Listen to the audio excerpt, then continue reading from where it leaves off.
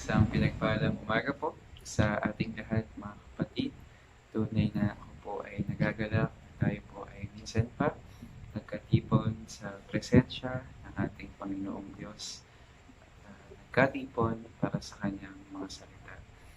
At tayo po ay magsisimula na sa ating gawain ngayon pong umaga sa ating pong pagbibigay ng pagsamba at pagpupuri sa ating Panginoon. Tayo po ay manalangin. Inaanyayahan ko po ang lahat na minsan pa ay tumungo at ay pikit ang kanilang mga mata at dumulog sa ating Panginoong Diyos. Hallelujah, Hallelujah. Our Heavenly Father, aming Ama, na pinakadakila sa lahat, ang lumikha ng langit at ng lupa, ang Diyos na may akda ng buhay. Tunay na kami, Panginoong Diyos, ay nagpapasalamat at sumasamba sa iyong paanan. Dalangin ko, Panginoong Diyos, na sa umaga po ito, kami po, O Lord God, ay samahan mo.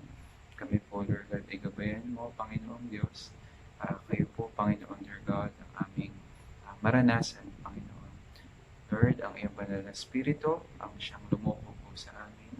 Ito po ang mag-guide sa amin, sa iyong katotohanan, Panginoon, at sa iyong naisabihin sa aming mga buhay. Buksan niyo po, Lord God, yung aming mga puso, ang aming mga isipan. Sinayos niyong sabihin, Panginoong Diyos. At anuman pong distraction, anuman po, Lord God, problema, Panginoon, Lord God, alalahanin, Panginoon, Lord God, ay iwan po muna namin, Panginoon, Lord God. I-surrender namin ito sa iyo, Panginoon, Lord God, sa oras na ito, Panginoon. At maranasan namin, Lord God, ang iyong kalayaan, ang iyong pagpapala, ang freedom, Panginoon, Lord God, na makapag-worship sa iyo, Panginoong Diyos. Wala po kaming ibang nais, Panginoon, kundi maranasan ka sa umagang ito. Maraming salamat po, Panginoong Diyos. Patuloy ka naming dinadakila. Ikaw, Lord God, ang siyang maitaas sa umagang ito. At ikaw, Lord, Panginoon, Lord God, ang kumilos sa aming buhay, Panginoon. Kami, Lord God, ay pagpalain. Thank you, Lord. We honor you and praise you. Ito po ang aming dalangin sa pangalan ni Jesus. Amen. Amen. And kamusta po mga kapatid? Truly, it is a blessing to be in the presence of our Lord. Gusto na po kayong lahat. Gawa lang din po sa patuloy na nangyari po sa pandemic ay hindi pa rin po tayo makapagkita-kita ng personal o ng live worship. Pero dalangin ko na tayo pa rin po ay pagpatuloy na magpalakasan, magpalananginan sa ating Panginoong Diyos. Po? At i-prepare po natin yung ating sarili ngayong umagang ito. And when we expect something big from the Lord, tayo ay pagpapalain ng Panginoon. Amen and amen. At ngayon pong umaga, ay tayo po ay magpapatuloy po lamang sa ating teksto from last Sunday. Kung last Sunday po, ang ating pong ang mensahe po ay ang Panginoong Jesus ay ang daan. Ngayon po, tayo po ay mag-focus sa ating Panginoong Jesus ay ang katotohanan. Basahin po natin sa minsan pa sa John chapter 14 verse 6 o 1, kabanata 14, talata 6. Basahin po natin. Sumagot si Jesus, ako ang daan, ang katotohanan at ang buhay. Walang makakapunta sa Ama kundi sa pamamagitan ko. Amen. Papuri sa Panginoon sa kanyang mga salita. At yun nga po sa ating po mensahe sa umaga pong ito. Tayo po ay dadako na ang ating Panginoong Jesus ay ang katotohanan. Jesus is the truth. Because when we have found the way, po, gusto natin yung ating way o yung ating guide, yung ating shepherd ay makatotohanan. Po, mahirap na kung magbayad tayo sa tour guide pero hindi rin niya pala alam. Ano po? Nagbayad ka na, naligaw ka pa. Ano po, mahirap po yun. Ano po? And we want a way that is true. Ano po? And that is why Jesus is saying, I am not only the way, I am truth. Not only speaking the truth, but I am the truth. Sa mundong pong ito kasi, ano po mga kapatid, maraming tao ay is searching for the truth. Marami pong naghahanap na kung ano ba talaga ang katotohanan. Ano ba ang katotohanan? Ang iba po ay gumagawa ng fury, ano po, na pinagmulan. Po, sabi daw po ng iba, ang tao daw po ay galing sa unggoy. Yeah. Huwag mo nang tignan ang iyong katabi. Ano po? Huwag mo nang pagdudahan. Galing yan kay Lord.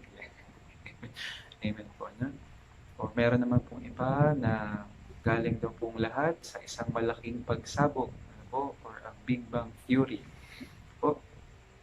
Doon daw po tayo galing. Doon daw po tayo galing. At marami pa po.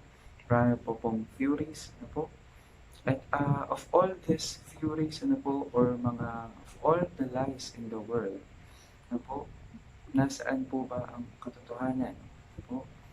And I would just really want to say that we are just so blessed to have found the truth. The search is over. We have found, or should we say, the truth has found us. Ano po? Ang Panginoon ang nakatagpo po sa atin. And that truth is Jesus. Ano po? Jesus is the truth, and it's truly a blessing that we have found the truth. Pero po, minsan, ano po, we may have found the truth sa ating buhay. Alam na natin kung sino ang katotohanan.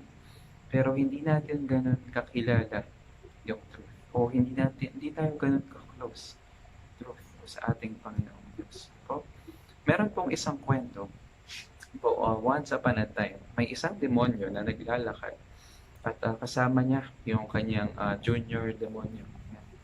At may nakita silang isang lalaki na nauuna sa kanila na nakapulot ng isang makinang o kumikinang na bagay. Nagtanong si junior demonyo, ano yung napulot ng lalaki? Po, sumagot naman yung isang demonyo, nakapulot siya ng piraso ng katotohanan. Po, piraso ng katotohanan daw po, pinapulot ng lalaki. Nagtaka naman itong si Junior Demonyo, hindi ka ba nababahala na nakapulot siya ng piraso ng katotohanan?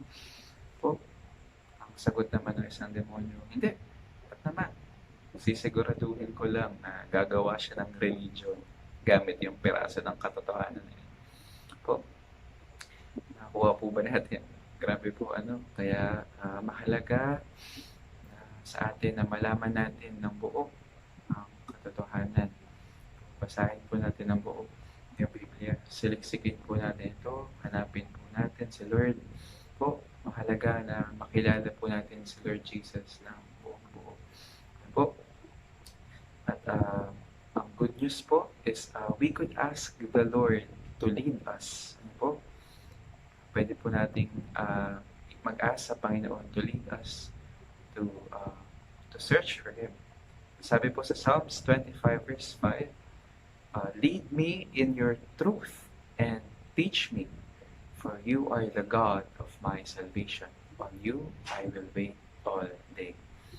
And napakaganda po, no? And Jesus promised His disciples that He would send the Spirit of truth to guide us Christians into all the truth. And sa John chapter 16, verse 3, ngunit pagdating ng Espiritu ng katotohanan, papatnubayan niya kayo sa lahat ng katotohanan galing sa Diyos, sapagkat ang sasabihin niya ay hindi mula sa kanyang sarili, kundi ang kanyang narinig. At ipahahayag niya sa inyo ang mga mangyayari sa hinaharap. Amen. Gagabayan po tayo ni Lord na mas makilala siya po, na siya ang katotohanan, kasi baka maligaw po tayo pag piraso lang yung ating nalalaman, na pag dumating po yung mga pagsubok, tayo po agad ay manghihina. Po, di tulad pag tayo ay nakatayo sa katotohanan ng ating Diyos, tayo po ay ligtas, tayo po ay patatatagin nito po. Hindi po tayo basta-basta mabubuhay. Amen po. Amen po. And truly, the truth is a blessing for us. Amen po. Di po tulad ng lugaw. Ang truth po ay essential sa ating buhay. Di man daw po essential ang lugaw ayon kay ating nasa checkpoint. Ayan. Sabi po ni Lord, ang truth naman ay essential sa ating pamumuhay. Bakit po essential? O ano po ba ang nagagawa ng katotohanan sa ating buhay? And una po, sa ating pong unang point ngayong umaga, the truth sets us free. Po, pinapalaya po tayo ng katotohanan. In John chapter 8, verse 32, makikilala ninyo ang katotohanan at ang katotohanan ang magpapalaya sa inyo. And you shall know the truth, and the truth shall make you free. Amen. Ang katotohanan ng ating Panginoong Diyos ay ang magpapalaya sa atin. Po, napakasarap pong mamuhay ng may kalayaan po. Freedom from sin, freedom mula sa empty promises ng mundo, freedom from the lies of the enemy. Po, napakasaya po mamuhay sa katotohanan. Tayo po ay nakakatulog ng mahimbing sa gabi. Ang ating pong puso ay nakaayon sa ating Panginoon. Ano po, wala po tayong niloloko, wala po tayong inaagrabyado. Masarap pong mamuhay in freedom. Amen po ba yan? Amen. In freedom, in truth, po, napaka-luwag po, napaka-saya. Iba po yung kagalakan. Ano po, iba po yung kapayapaan.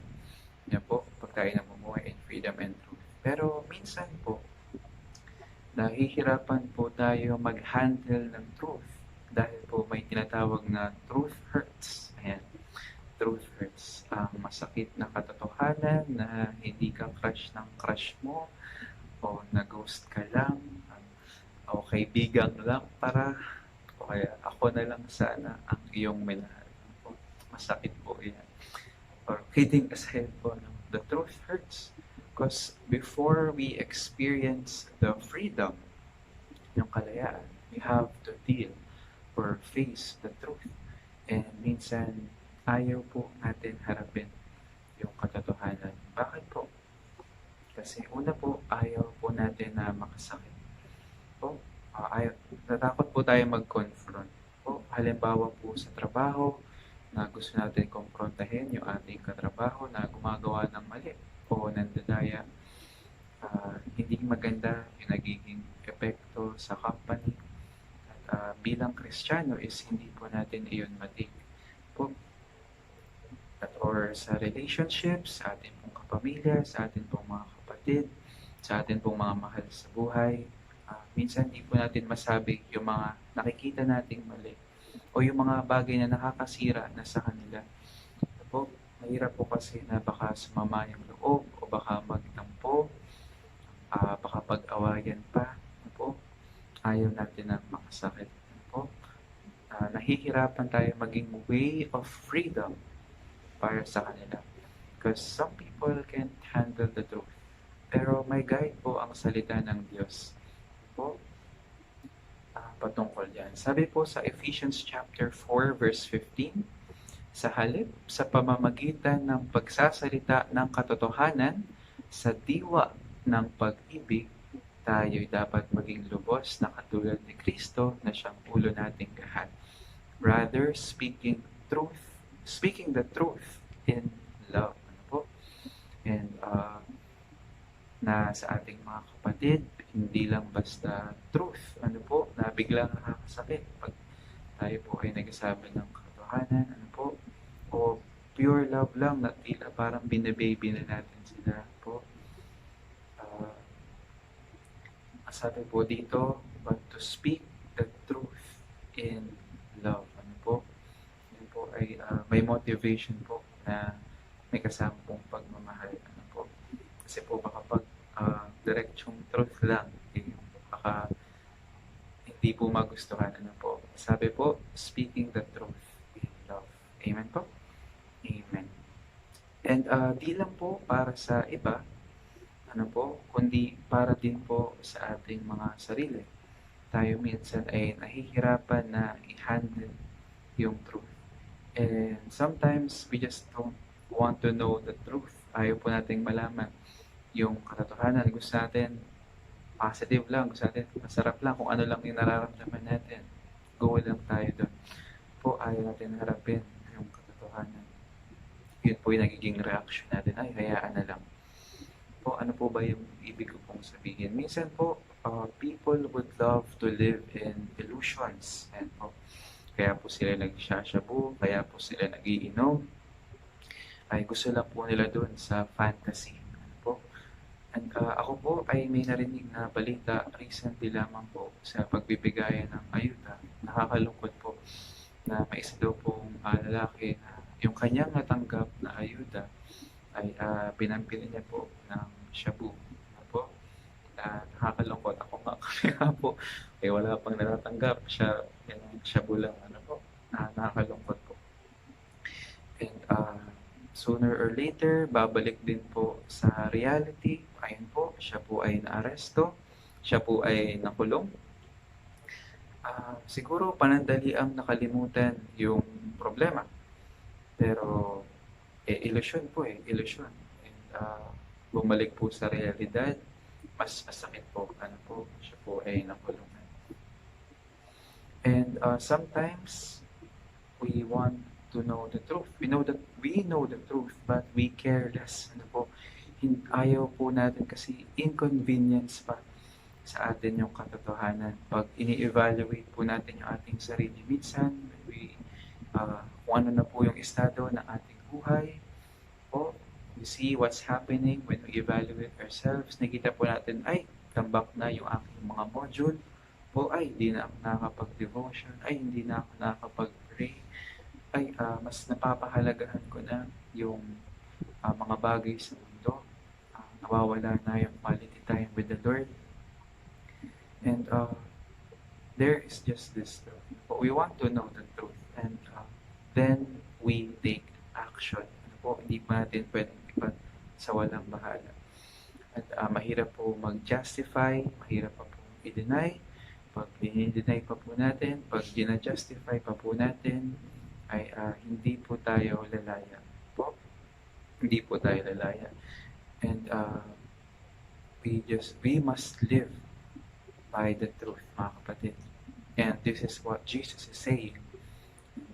We have to know the truth. At darating po yung time talaga na we have to face the truth sa ating buhay. Po, kailangan po natin itong harapin. Bakit po? Po, because it is hard to live in a lie. Napakahirap pong mamuhay sa kasinungalingan. It's not gonna lead us dun sa abundant life na pinangako sa atin ng nais ng Panginoon sa ating buhay. At and pag tayo po ay nabuhay sa kasinungalingan, it was just lead us to destruction, ano po, na nakako nito yung kapayapaan sa ating buhay. The truth shall set us free, mga kapatid. And it's a great, great reward to live in freedom, ano po, for the truth to be our way of life sa ating mga buhay, to be in the freedom of our Lord. Amen po ba yun, mga kapatid? Amen. At iwan ko po itong unang point natin sa isa pong Psalms ni Haring David, na kung tayo po ay wala nang itinatago sa Panginoon, ay magdudulot po sa atin ng kalakasan. In Psalms chapter 32, verse 3 to 5, nang hindi ko pa naihahayag ang aking mga sala, ako'y nanghina sa maghapong pagluha. Sa araw at gabi, ako'y iyong pinarusahan, parang hamog na natuyo sa init ng tag-araw. Kaya't ang kasalanan ko'y aking inamin, mga pagkakamali ko'y hindi na inilihim. Ako'y nagpasyang sa iyo'y ipagtapat, at ang mga sala ko'y pinatawad mong lahat. Amen. And jumping po to verse 10 and 11, labis na magdurusa ang taong masama, ngunit ang tapat na pag-ibig ni Yahweh ang mag-iingat sa sinumang nagtitiwala sa Kanya. Lahat ng tapat kay Yahweh, magalak na lubos, dahil sa taglay nilang kabutihan ng Diyos. Sumigaw sa galak ang lahat ng sa Kanya'y sumusunod. Amen. Tunay na nakakapanghina po pag tayo po ay naglilihim sa ating Panginoon. Ngunit sa ating pagsunod at honest na pagsuko sa ating mga kasalanan ay tunay na kagalakan. Ano po yung ating at kabutihan ng Diyos yung ating mararanasan po. And good news is ang ating Panginoong Diyos mismo yung ating mararanasan o ating makakatagpo. Ano po, pag tayo po ay lumalapit sa Kanya. Amen po? Amen. And another truth po, another po na the truth is essential sa ating mga buhay is yung blessing po na truth na nabibigay sa ating buhay is the truth brings us closer to God. Kung yung unang sets us free, the truth brings us closer to God. In the Old Testament, in the Old Testament pa lang po hanggang New Testament, talaga pong pinakita na ni Lord na ang truth o ang katotohanan ang isa sa foundation ng kanyang morality or yung personal quality ng ating Panginoong Diyos. Mababasa po natin sa Exodus chapter 34 verse 6. God declared, He is merciful and gracious, long-suffering and abounding in goodness and truth. Po. At sinabi po sa Deuteronomy 32 verse 4, He is God of truth, without injustice. Amen po. Basahin ko po ng buo sa Tagalog. Deuteronomy 32 verse 4, Si Yahweh ang inyong patong tanggulan, mga gawa niya'y walang kapintasan. Mga pasya niya'y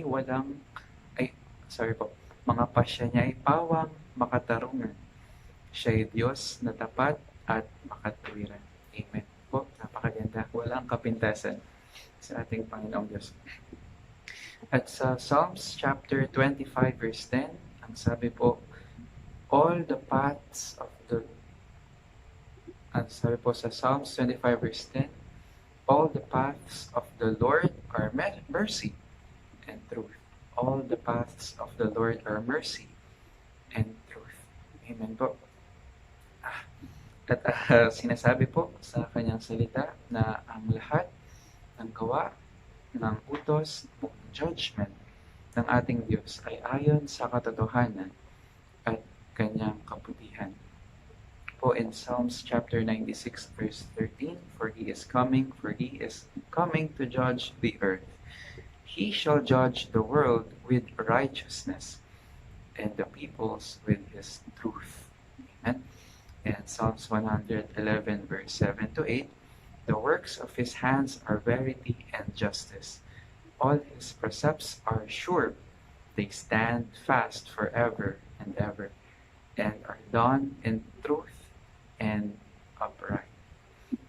And are done in truth and uprightness. Amen po. Napakaganda po. I collected po lang ng verse na nag-i-incorporate po na ang ating Diyos ay ang katotohanan. Ano po, simula pa po sa Old Testament. And yung truth, truly, is a moral, personal characteristic na ating Panginoon. He is the God of truth. Sabi po sa Isaiah 65 verse 16. And sabi po ni King David sa kanyang Psalms 119, David declared, Your law is truth. And another po sa verse 142, All your commandments are truth. And in verse 60 po, in Psalms 119, the entirety of your word is truth. Amen po. Ano po? At dahil po ito ay sa perfect nature and will ng ating Panginoong Diyos, God has to speak and act in truth. Ano po? Hindi po magsisinungaling ang ating Panginoong Diyos.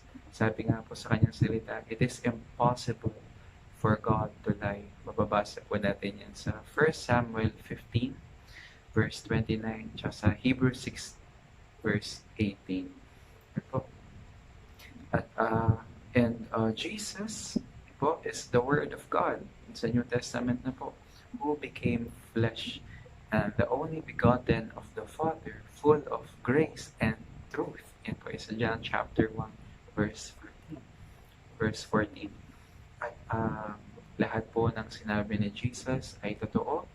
Dahil sabi niya po sa John chapter 8, verse 40, He told the truth which He heard from God. From God. Sinasabi ko lang ang katotohanang narinig ko mula sa Diyos na kanina pa po natin dinidescribe sa mga previous verses. Ano po? Ang Diyos ay ang katotohanan. And finally, sa ating main verse, when Jesus declared, He is the truth Himself. I am the truth. Ano po? So John chapter 14, verse 6. Saan po ba ako papunta, mga kapatid? Ano po? Saan po ba papunta yung mga pagpapatunay na yung Diyos ay ang katotohanan? Napunta lang po sa realization na yung atin pong nararamdaman po kapag tayo ay nakakapagsinungaling o tayo po ay may tinatago na tila nawawalan po tayo ng kapayapaan po. Tayo po ay nangihina na po. Napakasama po sa pakiramdam po. Bakit po kaya pag tayo ay nakakapagsinungaling ay ganun po yung ating nararamdaman po. Mabigat po, hirap po tayong makatulog po, hindi po tayo mapakali po. Bakit po tayo nawawalan ng kapayapaan pag tayo ay hindi nakapagsalita ng totoo po? Dahil po sinasabi sa atin po tulad po sabi sa atin kanina na that God is truth. And when we speak on truth, po, lumalayo po tayo doon sa characteristic na ating Panginoon na yun. Lumalayo po tayo doon sa nagsabi na sumainyo ang kapayapaan, ang kalakasan. Po, tayo po ay lumalayo sa ating Panginoong Diyos sapagkat siya ang katotohanan. Po, hindi po worth it ang magsinungaling, mga kapatid. Nawawala po yung ating inner peace, ano po, yung ating strength, ano po, at maging po yung ating relationship ay naapektuhan because we know relationship are based on trust, ano po, na nakabase po sa truth. And when we live in truth, ano po, we draw closer to God. Amen po. Dahil ang ating Panginoon ay ang katotohanan. Kaya pagsikapan po natin na mamuhay sa katotohanan to have the blessing of walking closer in the presence of our Lord Jesus. Amen po? Amen. And let me just end na lang po with the story. Ano po? This is a different kind of lying. Ano po? One of the lying I've suffered before. Ano po? Pag tayo po ay ito po ay pag nagsisinungaling tayo sa ating mga sarili po. Naniniwala po ako na pag na-overcome po natin ito is mas magiging close po tayo sa ating Panginoong Diyos. Ito po lamang ay aking nabasa at tinry ko pong itagalog. Ano po? Once upon a time is may isa pong preacher na nag-preach about the power of words. Po. At pinapasabi niya sa congregation na po, out loud na I am beautiful. Ayan, ako ay maganda ng malakas po. At sila po ay nagtatawanan, sila po ay nagkakasiyahan. Pero after po ng preaching, may dalaga daw po na naghihintay sa kanya sa baba ng stage. At ito daw pong babae, kung nakita niya ay physically napakaganda po. Pero napansin niya na agad yung kalungkutan doon sa babae. Tinanong po siya nung babae, ano po, kinausap po siya, nagtanong, pag sinabi ko po bang maganda ako, pero pakiramdam ko ang pangit ko, hindi po ba ako nagsisinungaling nun? Po, obviously, pinapatungkulan po ng babae yung kanyang sarili. At tanong nung preacher, bakit mo naman nasabi na hindi ka maganda? Tanong. At nagsimulang magkwento yung babae na nung simula ng bata pa daw siya, palagi po siyang sinasabihan ng pangit ng kanyang tatay. Ano po? At pag sinasabihan siya ng pangit mo, tapos biglang tatawanan siya, ano po, paulit-ulit po yung sinasabi, yun po ay palaging sinasabi ng kanyang tatay. At madalas po yung nababanggit ng kanyang tatay tuwing lasing, ano po. At ever since daw po nun, pakiramdam niya na ang pangit niya po. At dahil doon, para ma-feel niya na siya ay maganda, siya ay sumama sa iba't ibang mga lalaki po. 7 daw po yung kanyang boyfriend that time, 7 po. At yung iba ay may mga asawa pa. Kaya feeling niya, dumi-dumi niya, pangit-pangit niya, at hindi niya masabi na maganda siya. At pag sinasabi niya yung feeling niya, nagsisinungaling siya. At ako po ay na-struck po doon sa response ng preacher. Sabi po sa kanya, meron tayong problema dito at may 3 taong involved. Ikaw, ang iyong tatay, at si Lord. Ang sinasabi mo, hindi ka maganda. Ang sabi ng tatay mo, hindi ka maganda. Pero ngayon, I pronounce ang sinasabi sa iyo ng Panginoong Diyos na ikaw ay maganda. Po? At sa 3 iyon, sino ang nagsasabi ng totoo? Ikaw, ang tatay mo, o ang Diyos? Po? At dun sa 3 tao na yun, sino ang nag-claim na ako ang katotohanan? I am the truth. Po? At nagsimula na lang pong umiyak yung babae at sumagot siya, ang Panginoong Diyos po. Po? And praise God, nagsimula pong isip ng babae si Lord at hiniwalay niya na po lahat ng kanyang relationships, ng kanyang mga karelasyon ng mga lalaki na po, at sumama sa isang prayer group at nagsimula po siya ma-heal na Lord at nawala yung sadness, ano po, naranasan niya yung joy and freedom na nagmumula sa ating Panginoong Diyos. Amen. At mensahe lang po that God's truth will truly set us free, ano po? And it will bring us closer to God. And what a wonderful blessing po we could have to walk in His righteousness and in God's truth. Amen po. And let us pray. Yes, Lord Jesus, Panginoong Diyos, maraming salamat sa iyong mga salita sa umaga pong ito. Maraming salamat sa iyong paggabay sa amin, Panginoon, dear God. Maraming salamat, Panginoong Diyos, na hindi na po namin kailangang hanapin pa yung katotohanan sa mundong ito, kundi ikaw na, Panginoong Diyos, yung aming maging katotohanan sa aming buhay, Panginoon. Maraming salamat, Panginoon, dear God, dahil tuloy na, Panginoon, na kami ay natagpuan mo, Panginoon, despite na aming kalagayan, Panginoon, kami ay minahal mo, Panginoon, dear God. At tunay nga, Panginoon, dear God, nalaman namin yung katotohanan, Panginoong Diyos, na kami ay nilikha mo, Panginoon, kami ay mahal na mahal mo, kami, Lord God, ay hindi mo pababayaan, hindi iiwan, Panginoon, kami ay sasamahan mo, Panginoon, dear God, palagi, Panginoon, dear God. Tunay nga, Panginoon Diyos, na ang katotohanan na kami, Lord God, ay magkakaroon ng kagalakan, despite aming mga problema, kagalingan sa aming mga sakit, Panginoon, tuloy namin kiniklaim ang katotohanan, Panginoon, ang iyong mga pangako sa aming buhay, Panginoon.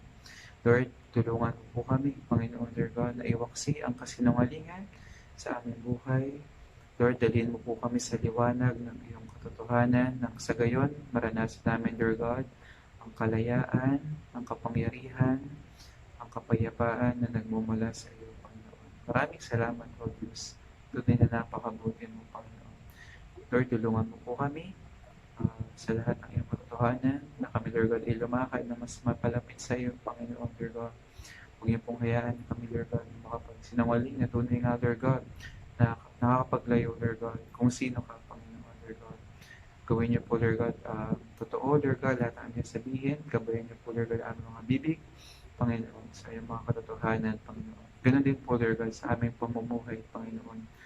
Mabuhay po kami ng inner righteousness, ng may kabanalan, Panginoon, Lord God, na maranasan namin, Panginoon, ang pagpapala, Panginoon, at buhay, Panginoon, Lord God. Abundant, Panginoon, malapit sa iyo, Panginoon, sa pagpapala mo, Panginoon, at sa joy, Panginoon, in your obedience, Panginoon. Maraming salamat, Panginoong Diyos. Patuloy ka namin pinapupurihan, pinasasalamatan. Po aming dalangin sa pangalan ni Jesus. Amen. Yan. Magandang umaga po mga kapatid. Minsan pa, purihin natin ang ating Panginoong Heso Kristo, Jesus Christ, the Lamb of God. Let us offer Him this song para magpasalamat sa Kanya. Thank you, God, for the gift of life. Thank you, Lord, for salvation, for your amazing grace. Awitin natin para sa Kanya. Worthy is the Lamb. To thank Him, to worship Him, to praise His name. Sabihin natin, thank you, God. Thank you, Jesus. Thank you for the cross. Thank you for the cross, Lord. Thank you for the price you paid, bearing all my sin and shame. In love you came and gave amazing grace. Thank you for this love, Lord. Thank you for the nail-pierced. Wash me in your cleansing flow. Now all I know, your forgiveness and embrace. Worthy is the Lamb, seated on the throne. Crown you now with many crowns. You reign victorious. Oh, high and lifted up. Oh, Jesus, Son of God, the darling of heaven crucified. Worthy is the Lamb. Oh, worthy is the Lamb. Thank you for the cross, Lord. Thank you for the price you paid, bearing all my sin and shame. In love you came and gave amazing grace. Oh, thank you for this love, Lord. Thank you for the nail-pierced. Wash me in your cleansing flow. Now all I know, your forgiveness and embrace. Worthy is the Lamb, seated on the throne.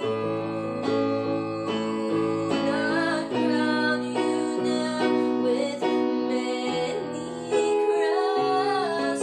You reign victorious.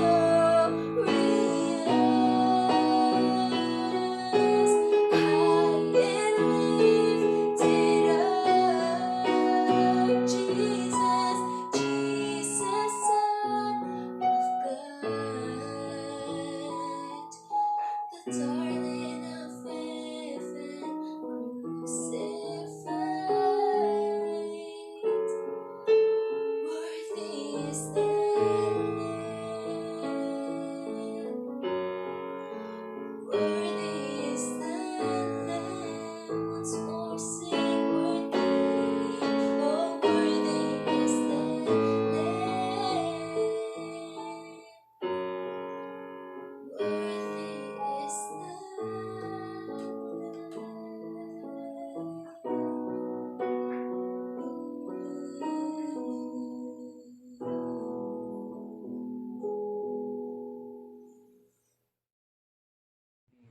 At tayo po sa ating pangwakas na panalangin.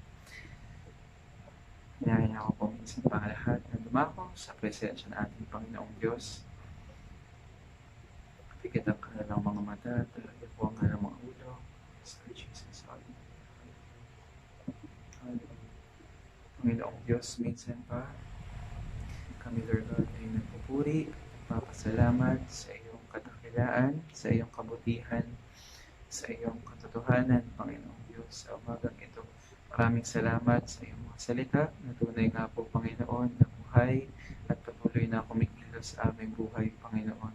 Lord, gamitin po namin, Lord God, ang iyong mga salita, Panginoon, sa aming pang-araw-araw na pamumuhay, Panginoon, Lord God, na kami ay lumakad sa katotohanan mo, Panginoong Diyos, nang maranasan namin, Lord God, ang kalayaan at ang pagpapala, Panginoon, Lord God, na kami, Lord God, ay mas mapalapit pa sa iyo, Lord Jesus. Lord, we praise you and worship you, Lord God. Maraming salamat po, Panginoon. Lord, patuloy namin pinapanalangin, Panginoong Diyos, ang pagpapala, Panginoong Diyos, sa bawat miyembro, sa bawat leaders, Panginoon, ng simbahan, yung JSCC, Panginoon, Jesus Shepherd Community Church, Panginoon, ipatuloy ko po inataas sa iyo, Panginoon. Patuloy niyo po kami samahan, patuloy niyo kami patatagin, Panginoon, Lord God, despite, Lord God, aming mga naranasan, Panginoon. Patuloy po namin maranasan ang iyong pagsama, Panginoon. Patuloy po namin maranasan ang iyong pagtugon, Lord God, sa aming mga panalangin, Panginoon. Lalo na po, Lord God, sa aming mga urgent na prayer requests, ang kagalingan at patuloy na kalakasan para kay Teacher Margie, O Lord Jesus. Lord, nakikita niyo po, Lord God, yung kanyang kalagayan, Panginoon. Patuloy namin siyang itinataas sa iyo. Patuloy mo po, Lord God, na iparanas sa kanya, Panginoon, Lord God, ang iyong pagsama, yung recovery ng kanyang health, Panginoon, Lord God, sa kanyang paghinga, Panginoon, mas maging maayos ito, Panginoon, sa pagkabigatan ng kanyang karamdaman, Panginoon, ito ay pag-aanin mo, Panginoon. Patuloy niyo po, Lord God, siyang padaluyin, Lord God, ng iyong pagmamahal, ng iyong kagalakan, Panginoong Diyos, kapayapaan, Lord God. Ganoon din po, Lord God, sa kanyang pamilya, kay Pastor, Panginoon, Lord God, sila po ay patuloy mo, Lord God, na gabayan, samahan, ingatan, pagpalain, Panginoong Diyos. At Lord, kayo na po, Lord God, ang siyang bahala sa kanilang buhay, sa kanilang pamilya. Balik niyo po, Lord God, sa kanila, Panginoon, Lord God, na ang kanilang pagsunod sa iyo, Panginoon, Lord God. Alam po namin, Lord God, na sila po, Lord God, ipagpapalagay. Yes, Lord. At Lord, patuloy namin pinapanalangin sa oras na ito si ang pamilya at naiwan po mga kapatiran ni Pastor Mel. Lord, patuloy niyo po silang comfort, Panginoon. Patuloy niyo po silang aliwin, Panginoon, Lord God, sa kabila, Lord God, ng kalungkutan ng pagkawala, Panginoon, ni Pastor Mel. Panginoon, I pray, Panginoon, Lord God, ang iyong presensya, ang iyong banal na pag-ibig, Lord God, ang bumalat sa kanila, Panginoon, nang sa gayon, Panginoon, Lord God, yung healing, Panginoon, ng kanilang puso ay kanilang maranasan, Panginoon, in your time, Panginoon. Maraming salamat po. Ganun din po, Panginoon, Lord God, sa kagalingan, Lord, for Sister Bernadette, Panginoon, Lord God, sa kanyang operation, sa kanyang breast cancer, Panginoon, we ask for your movement, Panginoon, move, Panginoon, Lord God, sa kanyang buhay, mightily, Panginoon, ang iyong anak na ito, Lord God, ay nangangailangan ng tulong mula sa iyo, Panginoon. Kayo po ay kumilos sa kanyang buhay. Provide niyo po, Lord God, ng lahat ng kanyang pangangailangan. Kagalingan nagmumula sa inyo, Panginoon, and assurance, Panginoon, Lord God, ng aming panalangin, Lord God, ay tutugunin niyo, Panginoon. Maranasan niyo po ang kagalingan, Panginoon. Ganun din po, Lord God, kay Mama Babel and Papa Ayos, Panginoon, Lola Marita, Panginoon, Lord God. Sila pa po, Lord God, nakaranas ng karamdaman. Ay patuloy niyo po, Lord God, na maranasan at ipadaloy, Panginoon, Lord God, ang kagalingan na bumala sa inyo, Panginoon. Maraming salamat po. Ganon din po, panibagong sigla sa lahat ng mga nangihina, Panginoon, comfort, Panginoon, Lord God, sa panghihinaan ng loob, Panginoon, Lord God, matagpuan nila ang kalakasan sa iyong mga salita, sa pakikinig sa iyo, Lord God, sa panalangin, to make spend quality time with you, Lord God, at hindi po, Lord God, sa mundong ito. Lord, surrender po namin sa inyo, Panginoon, Lord God, bawat members and leaders, Panginoon, church, Panginoon, ay pagpalain mo, palakasin mo, Panginoon, sa lahat ng katrabaho, ingatan mo, Panginoon, Lord God, at Panginoon, patuloy ka namin, Lord God, na pupurihin, Panginoon, inataas, Lord God, sa aming buhay. Patuloy ka namin susundin at luluwalhatiin, Lord God, sa aming buhay. Maraming salamat po, Panginoon. I pray and speak blessing, fruitfulness, multiplication, Lord, spiritual growth sa bawat isa. Kay Paul Lord, dahil siya ang aming papurihan, malalahati sa lahat. Maraming salamat po, Panginoon. Maraming salamat sa iyong salita, sa iyong kabutihan, sa iyong pagmamahal, sa kapayapaan, Lord, sa kagalingan, Panginoon. Maraming salamat po. Maraming po salamat. At nagkakatiwala ko na po sa inyo lahat. Ito po ang nagalangin sa pangalan ng Ama, ng Anak, at ng Banal na Espiritu. Amen. Amen. God bless po sa ating lahat.